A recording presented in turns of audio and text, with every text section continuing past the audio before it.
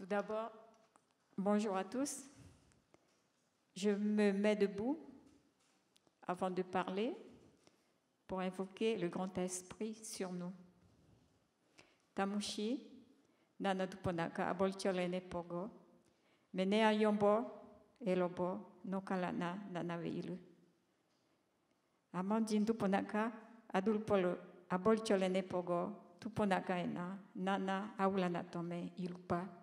Nana asagalgoa, ilupa yepanamadokome, nana unyo. Merci. Ben voilà, je suis très heureuse de me retrouver parmi vous. C'est vrai que nous venons de très loin. Et depuis hier, j'ai beaucoup écouté. Quelquefois, je me suis perdue en écoutant les autres. Puisque nous ne sommes pas des conférencières, déjà.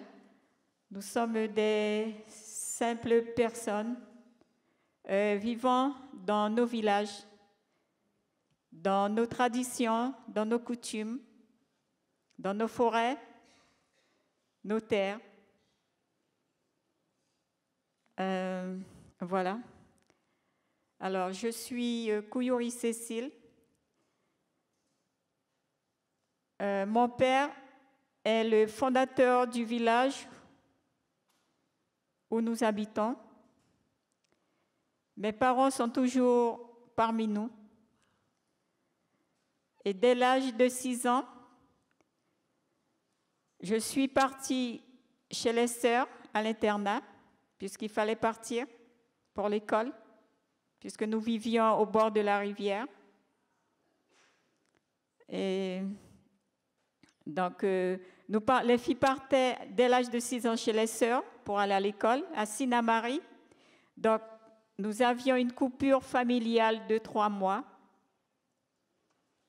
Pour les vacances, nous revenions chez nos parents. Alors, nous avions 2 éducations dans notre vie, ma génération.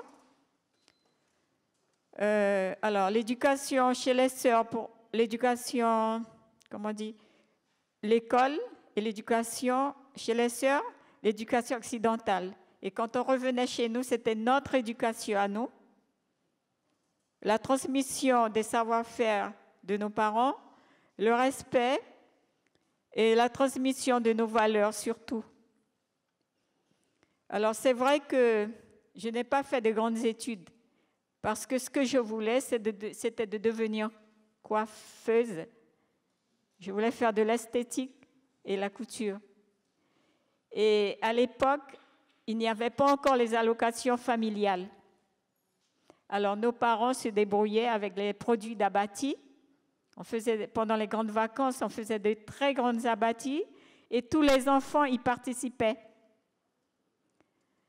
Et puis j'ai quand même continué jusqu'à l'âge de, je dirais, 18 ans. J'ai fait 3 années d'employé de bureau. Je ne voulais pas faire ce métier-là. J'ai refusé. Et je me suis prise en main à l'âge de 17 ans pour pouvoir sortir de mon village pour aller vers l'extérieur. Parce que j'avais dit à mes parents que je ne voulais pas vivre comme eux. Je ne voulais pas vivre comme eux. Et je me suis débrouillée pour poursuivre des cours de couture chez une grande couturière en Guyane, que je payais moi-même. Donc, je faisais du stop pour aller, c'était à Saint-Laurent. Donc, de Bellevue jusqu'à Saint-Laurent, ça fait quand même 1h30 de route. Donc, j'y arrivais, je n'étais pas toute seule, j'étais avec une amie. Et je me suis mise à mon compte très, très vite dans la commune d'Irakubo. J'ai eu pas mal de clients. Et après, j'ai pu rencontrer le père de mon fils. Et j'ai eu mon fils. Et j'ai vraiment sacrifié mon travail pour m'occuper de l'éducation de mon enfant. J'ai eu le temps de partir en métropole pendant 2 ans par rapport au travail du père de mon enfant. Donc, j'ai tout abandonné. À mon retour, c'est vrai que c'est en métropole que j'ai vraiment ressenti qui j'étais. Parce que Quand on a plusieurs éducations, le mode de vie de beaucoup de personnes, enfin de communautés, un moment, c'est mélangé dans la tête. Et c'est vrai que je ne me retrouvais plus du tout. Et quand j'ai eu mon fils, j'ai longtemps réfléchi. Je m'étais dit comment éduquer mon enfant pour qu'il soit à l'aise demain.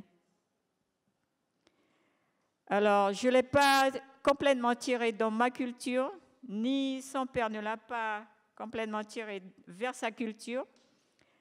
J'ai fait de manière que ça se passe en silence, je veux dire en silence, qui reste au milieu, parce qu'il avait deux cultures différentes et en même temps, il est français, enfin, il va à l'école française.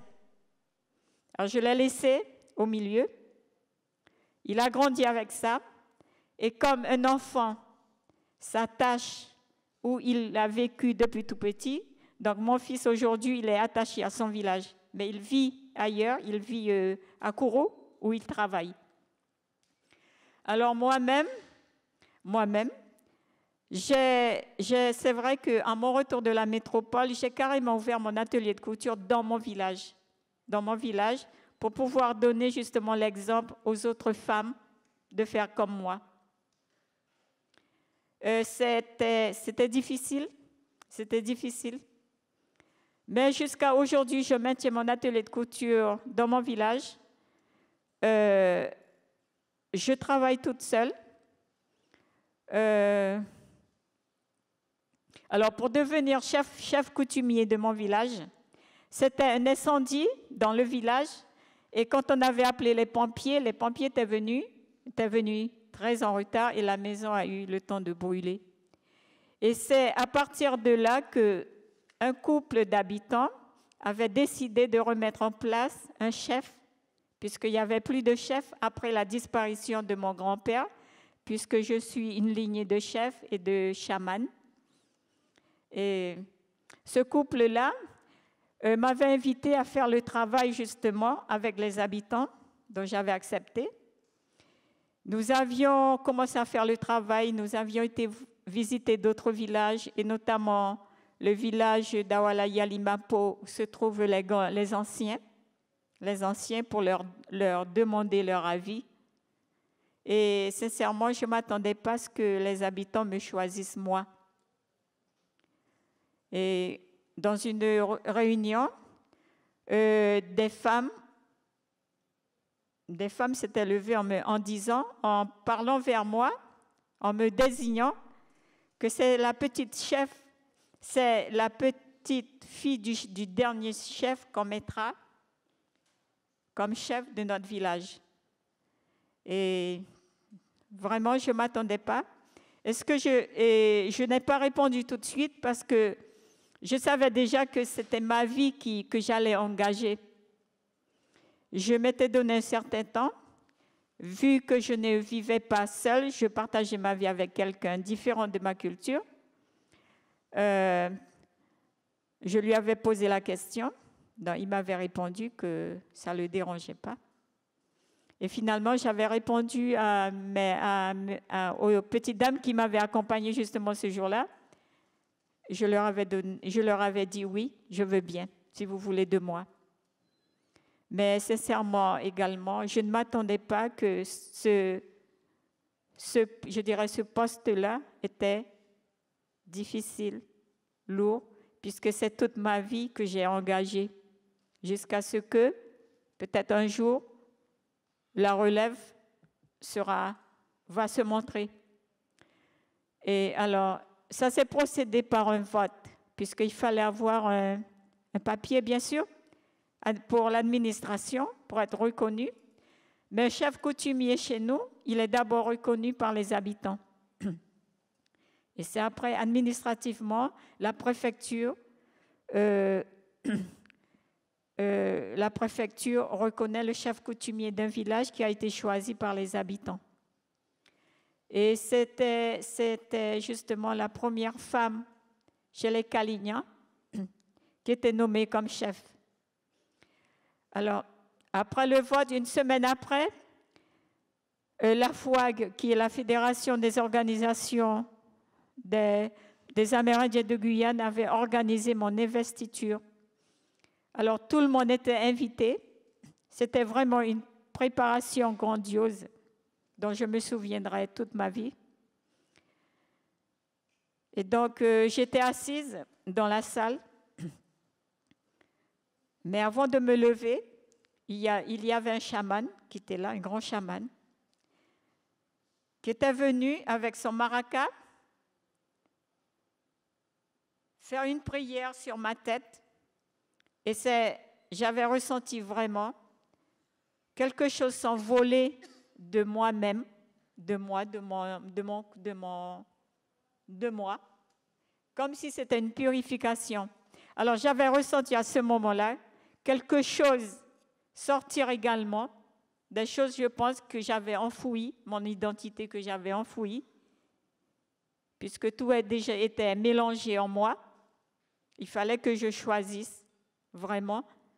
Et à partir de ce que j'avais ressenti, qui partait de moi, je m'étais dit, me voilà.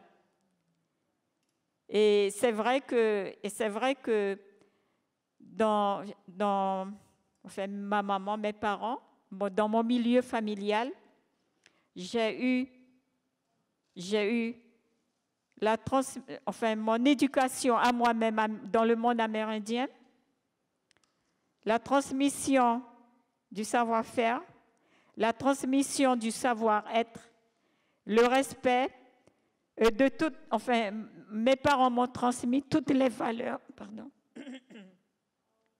que je devais savoir. Et tout ça est aujourd'hui ma force.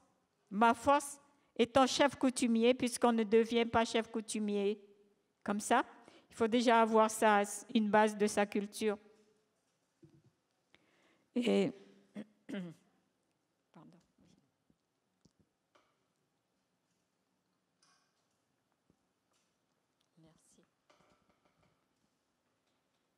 Et puis voilà comment je suis devenue chef coutumier en 1997 et jusqu'à aujourd'hui, je suis devant vous. Et c'est vrai que c'est pas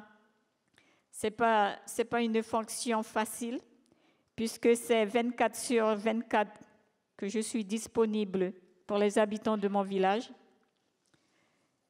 Les fonctions de chef coutumier, c'est lui le garant de la tradition, des coutumes surtout, des croyances, de nos croyances. C'est aussi lui le garant de la langue maternelle.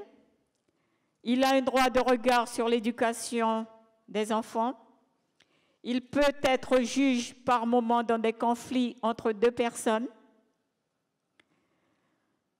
Il doit être à l'écoute du plus petit au plus grand. J'ai oublié de vous dire que le jour de mon investiture, j'ai fait un serment avec lequel je vis tous les jours de ma vie. Et ça aussi, je vais pas l'oublier je pense jusqu'à la mort, puisqu'on est marqué. Et puis, c'est vrai que les habitants de mon village, concernant les hommes, ils ont bien accepté une femme chef. Les femmes également étaient très fières. Mais quand même, beaucoup ont cru que j'étais le sauveur. Mais manque de peau, jusqu'à aujourd'hui, un chef coutumier n'est pas un sauveur. C'est quelqu'un simple comme tout le monde. Il est aussi appelé quelquefois pour donner son avis dans des écoles, quand il est invité par les directeurs, par le principal. Moi, je suis assez sollicitée, j'y vais, puisque les enfants de mon village, l'avenir des enfants de mon village m'intéresse. Les problèmes qu'ils rencontrent à l'école m'intéressent également. Tout ce qui se fait dans mon village, je suis presque au courant. C'est vrai que je ne suis pas quelquefois au courant de certaines choses qui se font. Qu'est-ce que je peux dire d'autre? Voilà mon parcours pour devenir chef coutumier de mon village, la première femme qu'on a acceptée. Et je trouve dans mon milieu, dans mon monde à moi, amérindien, il y a eu de l'évolution, puisqu'après moi, il y a eu 2-3 femmes qui sont devenues chefs coutumiers de leur village. Et un chef coutumier d'un village, c'est vraiment l'identité d'une communauté. C'est vrai qu'il y a aussi la politique politicienne qui m'a fait ressentir quelquefois qu'on ne tient pas compte de la présence d'une chefferie dans le village. Et ça, c'est dur. Ça, c'est dur. J'ai eu à rencontrer des autochtones élus dans le conseil municipal qui ne m'adressaient plus la parole dès qu'ils étaient un élu. Et ça aussi, c'était dur à le supporter. Mais j'ai quand même, j'ai tenu, je tiens toujours et je pense que je tiendrai toujours puisque je sais qui je suis. Je sais quoi je défends. Et je sais pourquoi aussi je le fais. Voilà. Merci de votre écoute.